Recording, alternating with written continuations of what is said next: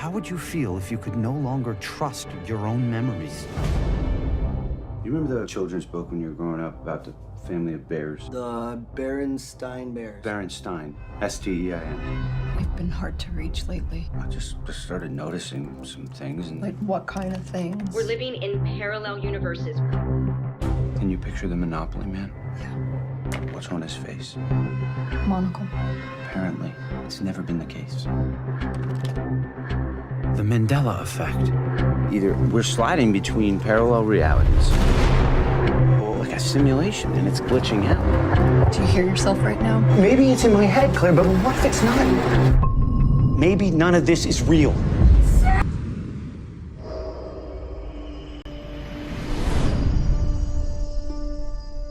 We're talking to David Guy Levy. He is he's awesome. He's a director of an insane film.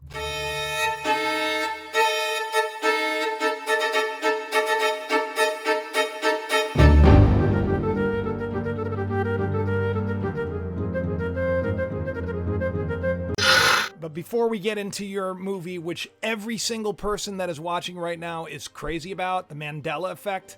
I mean, I have videos that are like totaling millions of views. It's been something that, believe it or not, changed the way I look at everything in life. And you have to be someone that maybe puts a little stock into the idea of simulation theory, because who else would make a movie about this? It's like, I do YouTube videos, David, but you're like, yeah, I'll do a movie about a false reality. Change. Yeah, that's pretty true. I definitely do take stock in it.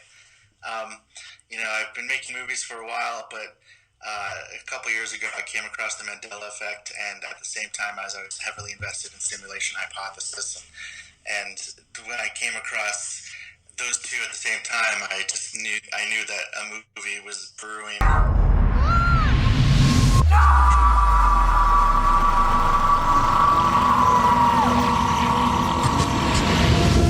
It was like when I was watching your film, I kept elbowing my wife because, I mean, not only is it's awesome. I mean, it's so well done. It was like I was jealous of you because I couldn't put together, those little vignettes where you're starting to kind of share. You're taking everybody behind the curtain. It's the Volkswagen logo is different. It's Berenstain, not Berenstein. When you're doing these bits in the movie. The point is this. That human consciousness. Hey, Sam. Stay where we can see you. Is at the same time as being a form of awareness and sensitivity and understanding, it's also a form of ignorance. Don't get stuck in here, The ordinary everyday consciousness that we have leaves out more than it takes in. It's, man, it really does get you to think that, like, perhaps none of this is real after all. Maybe just the experience is real. So here's the thing I want to ask you, because this is what the video is all about today. First of all, everybody should, where can they see this film? Before we even get into the interview, where can they see it? In the States, it's pretty much available everywhere that on demand is available. If you've got, Xbox, PlayStation, Apple TV, Amazon, the satellite cable providers, you're going to be able to check it out now. And then if you're like abroad and you're not in this territory, I've heard that it's pretty easy to watch through Vimeo on demand. They have their own VOD service, and Vimeo on demand seems to be working for people overseas. How did you get such a great cast? I mean, the people that are, talk to us about the cast a little bit.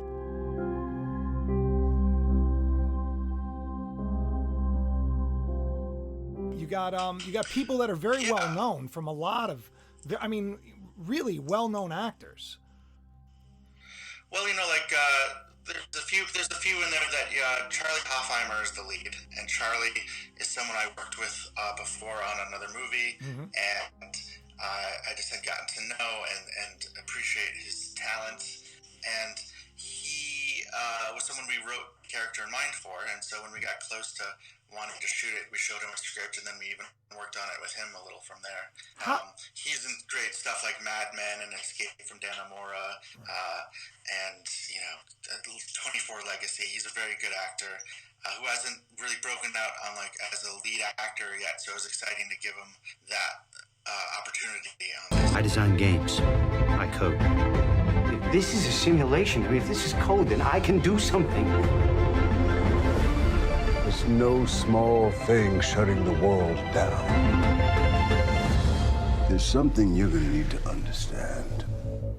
Ideas are dangerous things.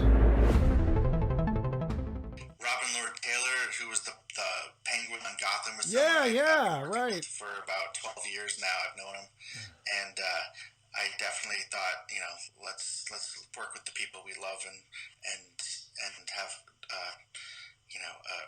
relationship with. And so I definitely reached out to him, and we were able to make it work around his schedule on Gotham. Either we're sliding between parallel realities. Alexa Palladino was someone I just sent the script to, who I liked her work in a lot of different things. She's in *Halt and Catch Fire*, and she's in *Boardwalk Empire*. Yeah. She just did *The Loudest Voice* and *An Irishman*. She's very talented. And then Clark Peters, who was, on The Wire. Oh my goodness, his Materials right now.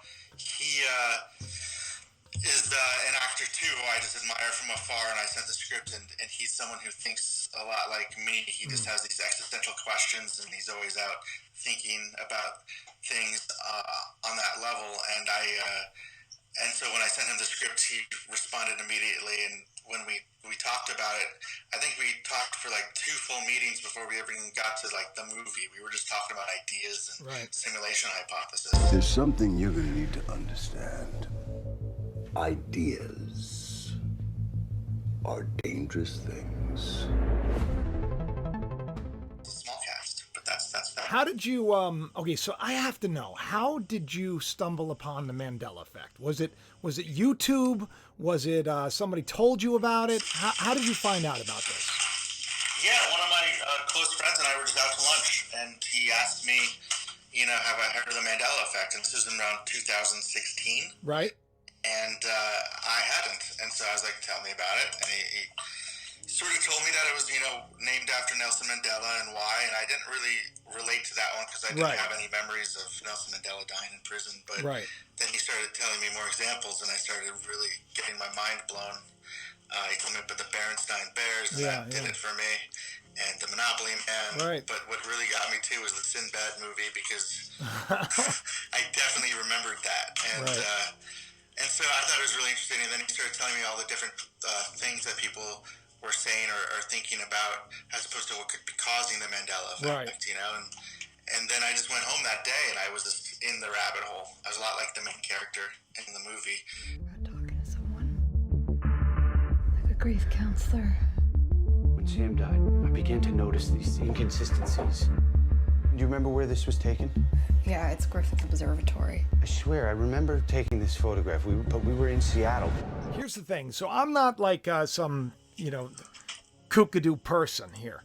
When I was doing the channel, I've been on, I was a writer and producer for many years. I was the head writer for World Wrestling, and I did a bunch of stuff before I came here. And I really believe that there is so much more going on in life than we're aware of. And we're just animals. We don't know. I mean, this is, it's like this whole thing, just this idea, this Mandela effect, right? So I had a bunch of people on my channel that would, they mentioned it a couple of times. I just kind of it wasn't really catching me yet until I went into like the dollar store one day, and they got this big Coca-Cola machine.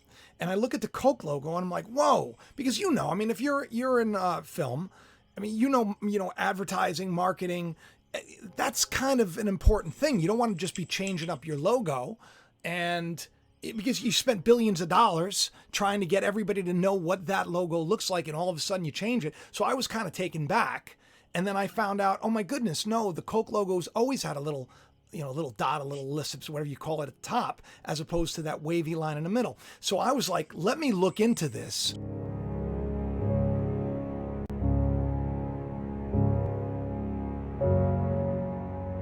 you, first of all, do you think that it's possible that we could be in some kind of a simulation? I mean, we might as well ask you, right? I do. Yeah.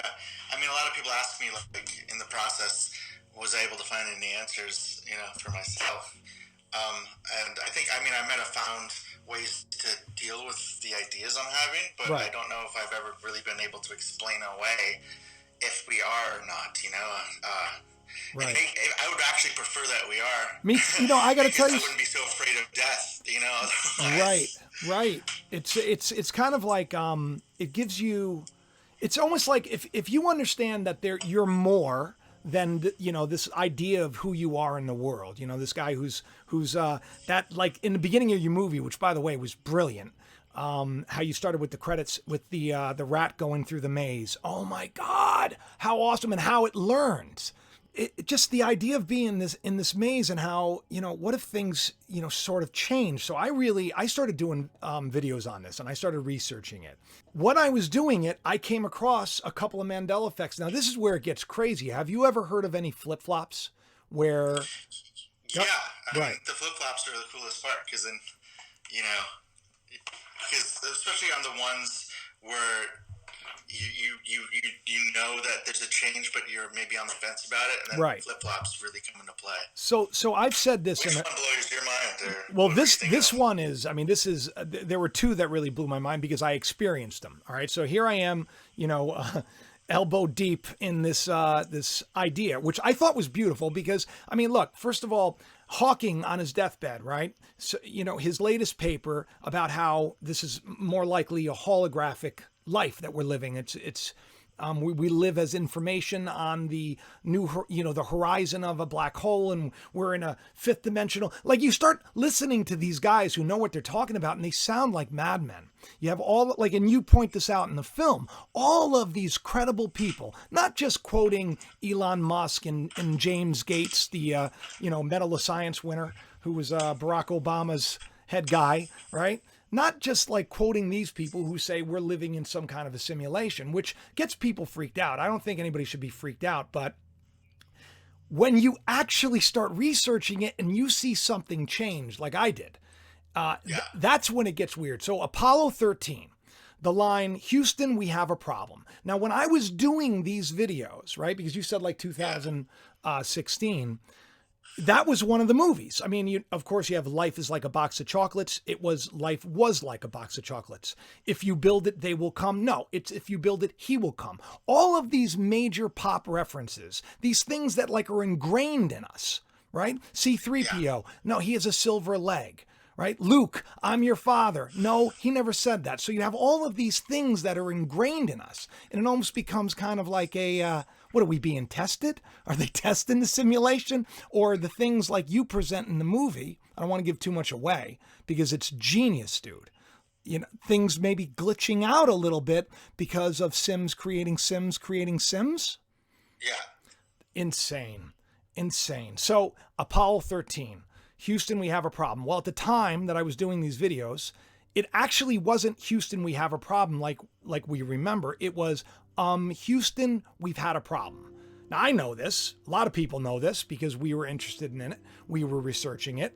And then one day I'm watching TV and they're doing all of these movie quotes that everybody's been saying wrong. And it's back to the way I remembered it. And I said, that's crazy. There's no way.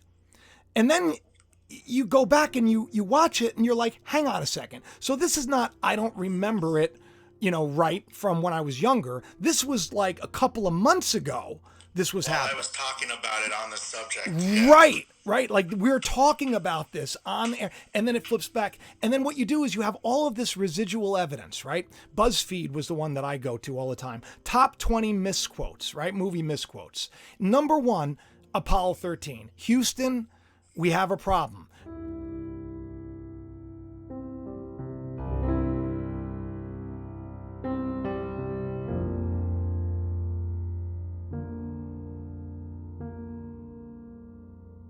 They say that is the misquote because it was written in 2013 because back then it would have been wrong.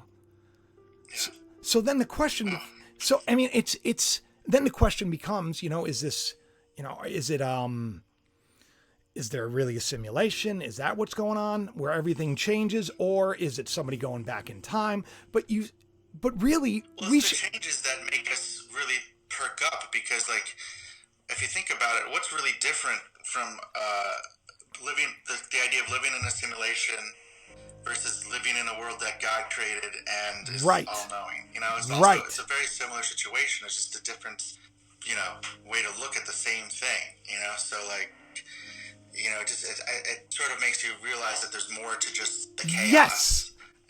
And maybe there's a cause for the chaos that is beyond our grasp, you know? Totally. But I like, understand. The changes are the things that make us go, wait, why is this happening? Right. Because then that's like, you have to question why the changes would be taking place. Right.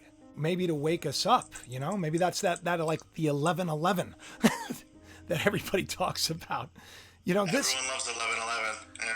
It's you know, first of all, I want to thank you again for coming on, and I'm doing a whole show around this, so I'll send it over. This part will probably be clipped out, but I thank you for this, because I actually kind of imagined having you on the show, you know, and I said I'm going to make this work. I don't know how it's going to happen, and somehow. I'm glad we could do it. All of these little things kept falling out of the, you know, we had issues with the camera, we had issues with email. It's just, and then here we are, and yet, you know, this is an exciting ride, this thing called life. And on my show, I talked a lot about how life is a simulation if there is some kind of a creator, you know? And if it is, this is really crazy, then the world could literally be coded in 7 days. You know, if you think about it, I'm not saying that that's the case, because I'm not like, that's not. No, but hypothetically. Hypothetically. Yeah. And so I think that whereas some people get like, oh, you can't talk about this. You can't talk about how, you know, quantum theory behaves and how they're opening up portals and they're storing dark matter and not dark matter, antimatter, and creating mini black holes, and you have CERN doing what they're doing. You have all of this craziness going on, and people are like, well, no, you can't look into this idea, because then that means there's no intelligent design. If anything, this proves it. This proves it. Have you heard of the Mandela effect? Plenty of people don't remember Sinbad being in a genie movie or Mandela dying in the 80s. But how do you explain to people that do? I talked to Matt. He was worried that you were becoming fixated on this internet theory. And if we could extend our awareness to include those things that we leave out,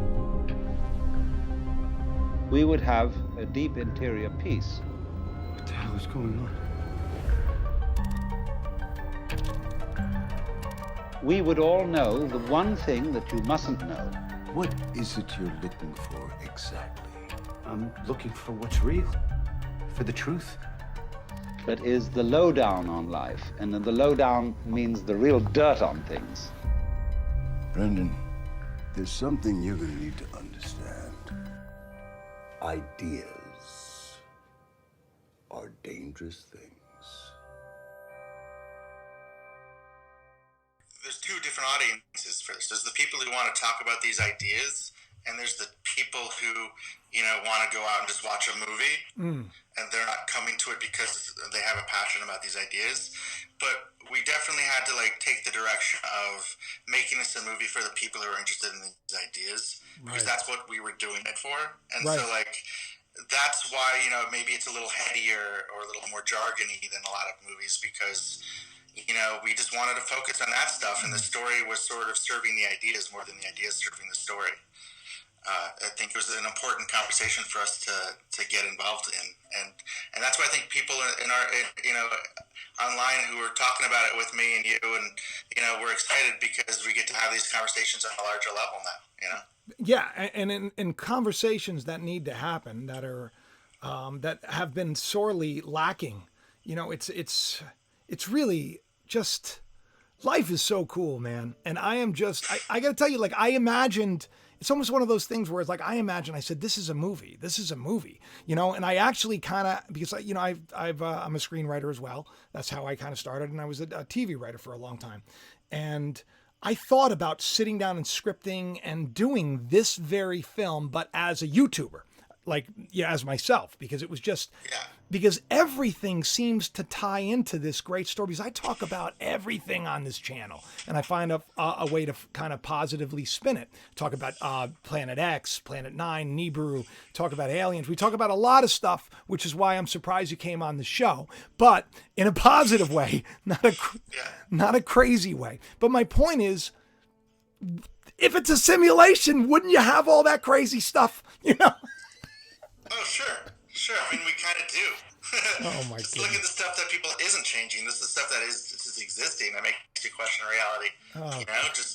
You know, the world we grew up in as children is massively different than it was then today. You know, there's so much change that is just even noticeable on purpose that makes you question your own reality. And you have Google. Google just kind of silently announced a little while ago, I don't know if you heard about this, that they've quantum computer? Yeah, quantum supremacy, where they've solved the problem that nobody said they could solve, which means maybe that's the computer. And that's why I'm not going to give anything else away about your film. But when you guys watch this film, when all of you watch this film, you're going to appreciate this little part that we're talking about right now. The D-Wave computer, man. Are you blown away by this thing and how it operates? It's amazing. I mean, what was the number they gave? Something that used to take 10,000 years? Oh yeah, it was like it was a computation that would take 10,000 something, like every computer in the world working together. It would take like 10,000 years, and it did it in like moment. You know? Yeah, a moment. So crazy, so awesome. Life is so cool. David, thank you so much. I really appreciate your time, man. You know? Hey, I'm glad I could do it. You know, I did it to have these conversations, so thanks for having me on. Done deal, brother. Thank you again. I'll talk to you soon. Dad? Dad, I'm scared. I think I'm going crazy. I saw her. Maybe you should think about talking to someone. Like a grief counselor. When Sam died, I began to notice these inconsistencies. Do you remember where this was taken? Yeah, it's Griffith Observatory. I swear, I remember taking this photograph, but we were in Seattle.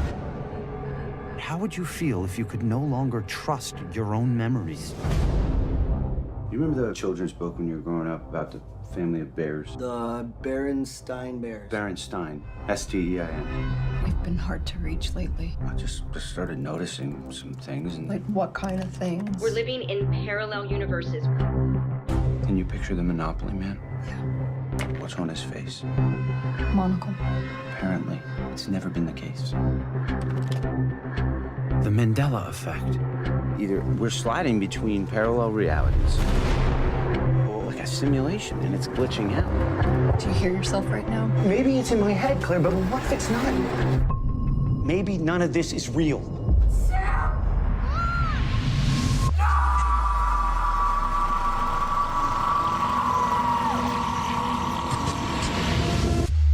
What the hell is going on? I'm not crazy. I need to know the truth. What makes you think this is gonna bring your daughter back anyway? I design games. I code. If this is a simulation, I mean, if this is code, then I can do something. It's no small thing shutting the world down. There's something you're gonna need to understand. Ideas are dangerous things.